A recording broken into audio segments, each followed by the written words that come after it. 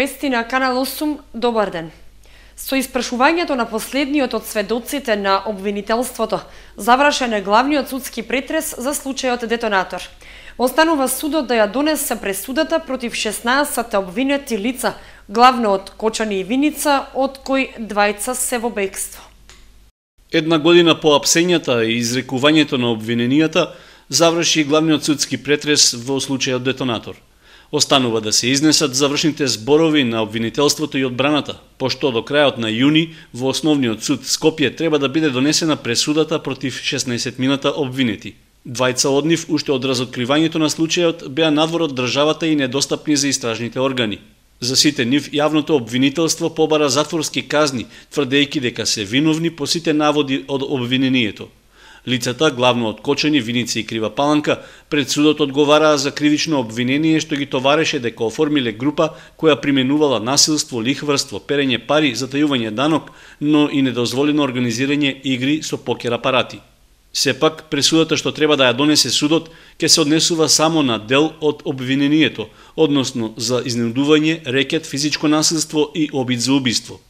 За покер апаратите што беа запленети како дел од акцијата детонатор ќе се оди на нов судски претрес. Обвинението во тој дел ги товари обвинетите за нелегално финансиско работење, односно за прикривање данок и перење пари, со што заработиле 10 милиони евра. Во текот на судскиот процес, одбраната бараше повлекување на обвинението и запирање на целата постапка заради недостиг од докази.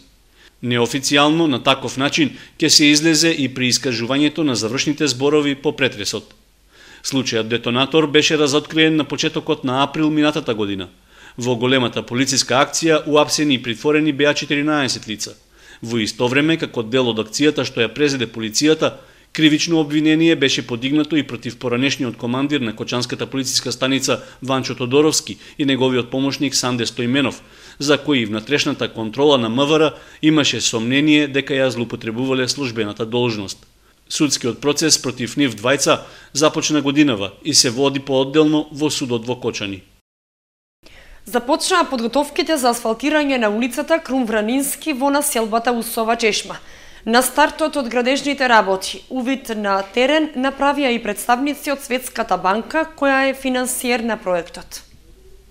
Градежна механизација го започна расчистувањето на теренот и рамнењето на коловозната површина од улицата Крум Вранински. Со тоа стартуваа активностите за нејзина целосна изградба и асфалтирање. По неодамнешното подпишување на договорот со локалната самоуправа, фирмата Урбан Инвест од Кавадарци го испочитува рокот за почеток на градежните работи и на времена реализација на договорените задачи. На лице место дојдоа и представници од општината и од финансиерот за да направат увид. Денеска имаме посета во контрола се дојдени од финансиерите, тоа е од представници од Светска банка, така што ние веќе започнавме со припремните работи за асфалтирање на улицата Крум Вранински. Сега моментално фирмата Урбан Инвест, која го има добиено тендеро, ги извршува подготовка, изработка на постелица за оваа улица. До сега немаме некои проблеми, така да очекуваме дека и натаму работи ќе течат во најдобар ред. За целосно комплетирање на улицата Крум Вранински ќе бидат потрошени над 55.000 евра, пари што општината ги доби како грант од Светската банка. Оваа улица е еден од приоритетните инфраструктурни проекти за оваа година, а на нејзино асфалтирање се чекаше подолг период. Според најавите од локалната самоуправа, целосното асфалтирање на улицата треба да заврши за околу 1 месец, односно таа да биде предадена во употреба пред Петровден. И додека за асфалтирање се подготвува улица во населбата Усова Чешма, граѓаните на спротивниот крај од градот кои живеат на улицата Орце Николов се жалат дека со години газат кал. Бараат општината и натаму да преземе активности и да се доврши кракот што одамна чека асфалт. Со секој поголем дожд или снег, жителите на дел од улицата Орце Николов под каналот кај Сивидом остануваат заробени во своите домови. Велат дека тогаш тешко можат да излезат од дворовите, затоа што коловозот е целосно поплавен и каллив. 250 метри долгиот крак од улицата со децении го има истиот изглед, како кога ја започнале изградбата на нивните куќи. Чизми треба да облачиш па да искочиш. Имаме двор Златинија, секи ден треба да го миеш со вода. Инако не се оде. Деца на школа до тука, па зимно време да дојдат има што да видиш. Нико да помине, ама ништо не може. Ние сме уселени туку куќата 30 години. Веќе е така, пред неколку година беше направен овој дел надолу, половина од улицата. Овој дел може да има веќе 300 метра, тамо до мојата куќа. Веќе е така, кал газиме веќе 30 години. Подпишавме неколку пати петиција до општината и до претходниот градоначалник и до овој. Не се одзваа на нашето барање, останавме така. Пред известно време службени лица вршеле некакви мерење на улицата, но од тогаш никој не се појавил да каже дали нешто ќе се гради. Кракот од улицата најверојатно ќе бара и неколку помали подпорни ѕидови, како и довршување на дел од канализацијата. Од локалната велат дека не ја заборавиле и Орце Николов и другите улици што чекаат на изградба. Општина Кочани моментално подготвува проектни документации за повеќе улици во самата општина, така што бидејќи сакаме да земеме кредит од Светска банка,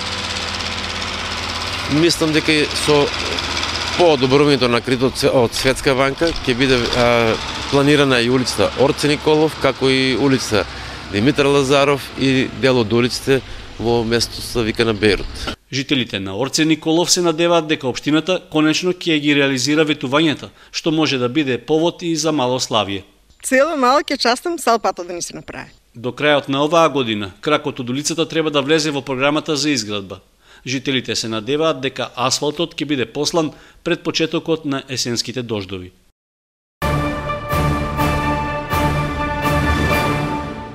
Вработените во полицијата уште еднаш ја покажаа својата хуманост преку организирање крводарителска акција. Денеска дарувани 25 единици крв. Втора крводарителска акција годинава спроведе полициската станица од Кочани. Успешна затоа што и на оваа акција се пријавија околу 25 крводарители вработени во кочанската полиција. До сега имам давно 40 патик на крв.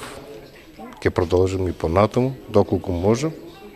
И препорачам на сите што се сега способни да дадат таа драгоценна течност, нека повелат, нека дават.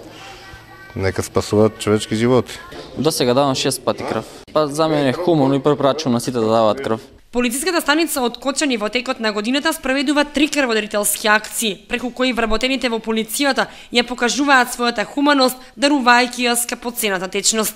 Според изготвениот план од Министерството за внатрешни работи, планирано е во полициската станица Кочани да се спроведе уште една крводарителска акција и тоа во месец октомври. Измената во спроведувањето на акциите е тоа што досега крв можеа да даруваат и граѓани кои не се вработени во полицијата. Од неодамна граѓаните таа можност ја немаат, туку скапоцената течност може да ја даруваат единствено секој последен четврток од месецот, кога во Црвениот крст во Кочани се организира редовна крводарителска акција. Акцијата во полицијата ја спроведоа службите од трансфузиологија од Штип. После 50 години матурантите од средното училиште Гоша Викентиев повторно во ученичките клупи. Радост и задоволство што после толку години повторно се заедно. Матурантите од првата генерација на училиштето велат дека некои останале во контакт и по матурирањето, а со некои се немаат видено и по 20 години. Возбуда воздишки, искрени и срдечни прегратки и евоцирање спомени. Вака изгледаше средбата на соучениците од првата генерација ученици од средното тогашно индустриско училиште Гошо Викентиев, кои во хотелот Градче го одбележаа златниот јубилеј 50 години од матурата. Во нивно време било луксус да се запишеш во средно училиште, се сеќаваат учениците. Од 41 ученик на средбата присуствуваа само 11. Чест и задоволство ми е да ве поздравам и да кажам дека сме овде да ја обележиме 50 годишнината од матурирањето на првата генерација на ЕМУЦ Гошо Викентиев. За жал, ние денес сме на овој класен час присутни во многу мал број, бидејќи поголемиот број од учениците не се меѓу нас, еден дел се отсутни поради здравствени или други оправдани причини. Поранешните соученици, сега на возраст од 68 или 69 години, на средбата дојдоа дотерани и елегантни, насмејани и среќни. Со себе ги понеле сликите од претходните прославувања, од собири, како и таблото од 1963 година. Генерацијата е горда што од нивните редови излегле успешни луѓе. На средбата беа присутни и професорите. За мене уште се ученици, ако се през постарите години. Немахме основни услови кога почнахме да работим. Многу убаво се сеќавам од оризовите фабрики, што имаше тука приватни оризови фабрики, мораме да земеме шепинг, мораме да земеме дребанг, морахме да земеме некоја стари штанц преси, за да може колегите тука што сега мајсторите да практицират. У гимназијата Лупчо Сантов, доле у подрумите беше ни ставена радионицата за обука. Тогаш сите дребанзи и сите машини што имаме вртеа се на трансмисионен погон. Ево оваа школа денеска има инженери и доктори на науки и така натаму. Гледаме колку добри услови има. Школата личи на факултети. У факултетите нема такви услови како оваа нашата почанска школа. Многу не радува, не можеме да упоредиме каде сме ние спремале кадров, а каде се сега спрема кадров. Во тоа време Руен почна да се развива и со изградбата моравме да се трудиме и за стварање на стручен кадар кој ќе ги обслужува тогашните машини и ќе произведува нормално. За таа цел, како што кажаа претходниците, беше формирана оваа паралелка со преквалификација на, така да речем, тогашни постари ученици, кои успешно завршија. Матурантите од првата генерација завршени ученици ги поздрави и актуелниот директор на училиштето Димче Сребринов. Ние сме задоволни благодарејќи на овие луѓе овде присутни што денес нашето училиште представува еден регионален центар кој успеа за 50 години од една паралелка, 3-годишно образование, денес да стане центар кој има 43 паралелки, отворено 3 струки, машинска, електро и сообраќајна струка. Во меморијата на словениците не беше избледено сеќавањето за другарувањето во тие 4 години, за моментите поминати заедно, за итруштините што ги правеле, за незгодите што ги имале. Беше тешко, немаваме никаква литература. Се припишуваме и со наставниците повеќе диктираа, него што имаме литература да читаме и да се спремаме. Ама добро се сеќавам кога директорот у подрумските простори на сегашната гимназија у 2 реда не строи, вика првиот ред ќе одете во Руен по понкове и по алато што е потребен за изведување на практична работа, а другиот ред ќе оде по клупи од Моша пијаде, поради тоа што немаме дека да седеме. И по азбучен ред директор вика кој е прв по азбучен ред? Апостолов Киро. Металта оваа недела ти си дежурен за одржавање на хигиената во просторијата. Секое време си има своја убавина, но сега на минатото гледаат со носталгија. На крајот од класниот час, матурантите си посакаа да се сретнат и на 60 годишнината од матурирањето, а дотогаш да останат во контакт.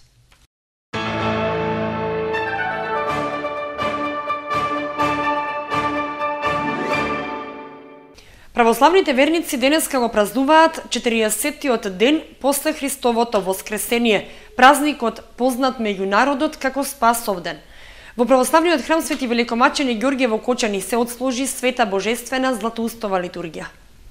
40-тиот ден после Христовото воскресение, Христос им се јави на неговите ученици и им заповеда да одат по целиот свет, проповедајќи го светото евангелие на сите луѓе, велејќи им дека кој ќе поверува и се крсти ќе биде спасен, а кој не ќе биде осуден.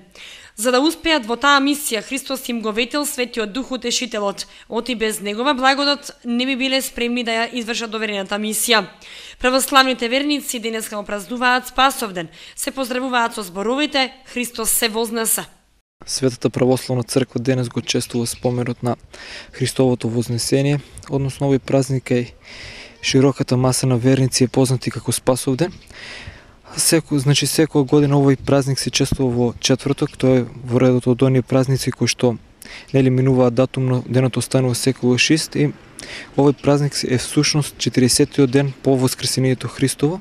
Значи на Маслиновата гора, каде што биле собрани апостолите и Богородица, го виделе Христос како се вознесува во слава, каде што добиле ветување дека Христос ќе им го испрати Светиот Дух, односно Утешителот, и им дава ветување, нели, дека тој повторно ќе дојде на земјата, но не презрен и понижен како што дошол, нели, првиот пат кога бил распрат на крст, туку во слава. Со вознесувањето Христос се вознесува и седнува одесно на Отецот, со што сака да каже на луѓето, местото не име на земјата, туку на небесата, и дека ќе бидат вброени во редот на праведниците, додава Ѓакон Арцовски. Празникот Вознесение спаѓа во подвижните Господови празници и трае 10 денови. Продолжен повикот за пливачки обуки за децата од социјално загрозени семејства. Во предвидениот рок не се пријавил ниту еден кандидат. На социјално загрозените семејства, приматели на социјална помош и невработените, не им е дојдено да ги запишуваат децата на курс по пливање. Општината организираше бесплатни обуки за учениците од 8 до 12 години, но за нив немало никаков интерес. Затоа ние уште еднаш ги повикуваме сите заинтересирани ученици, односно нивните родители, да ги пријават во едношалтерската канцеларија заинтересираните ученици кои што сакаат да научат пливање, затоа што пливањето, курсот по пливање ќе започне од 1 јули. Ќе биде на градскиот базен, бесплатно, значи за тргнувањето и по другите подетални информации дополнително ќе добијат информација директно на нивниот телефон, кој што тие ќе треба да го остават исто така во едношалтерската канцеларија. За пријавувањето на курсот не постојат никакви критериуми. Доволна била само желбата на родителите, нивните деца да научат да пливаат. За да ги запишат, треба да достават потврда дека еден од нив е примател на социјална помош или се води како невработено лице во Агенцијата за вработување. И минатата година на конкурсот се јавиле само 10 деца, но нивниот број потоа се зголемил. Со самото отпочнување на школата за пливање се допријавија уште неколку и се формираше добра група за изучување на пливањето. Ми се чини дека оваа година можеби не сме доволно добро информирале од општина Кочани, иако го имаше во локалните медиуми како повик, но затоа сега ја користам оваа прилика да ги поканам уште еднаш, значи родителите да се пријават. Огласот за пријавување на бесплатните курсеви по пливање трае до 20 овој месец.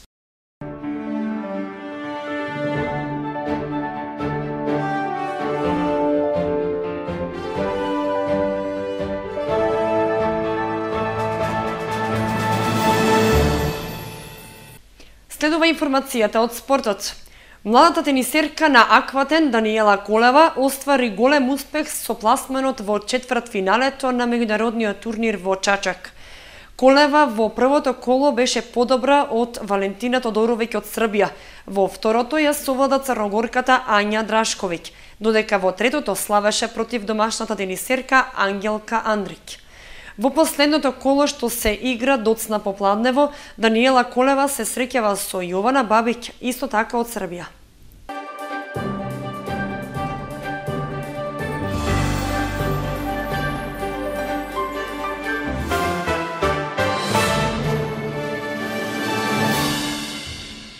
You are my sun, my sun.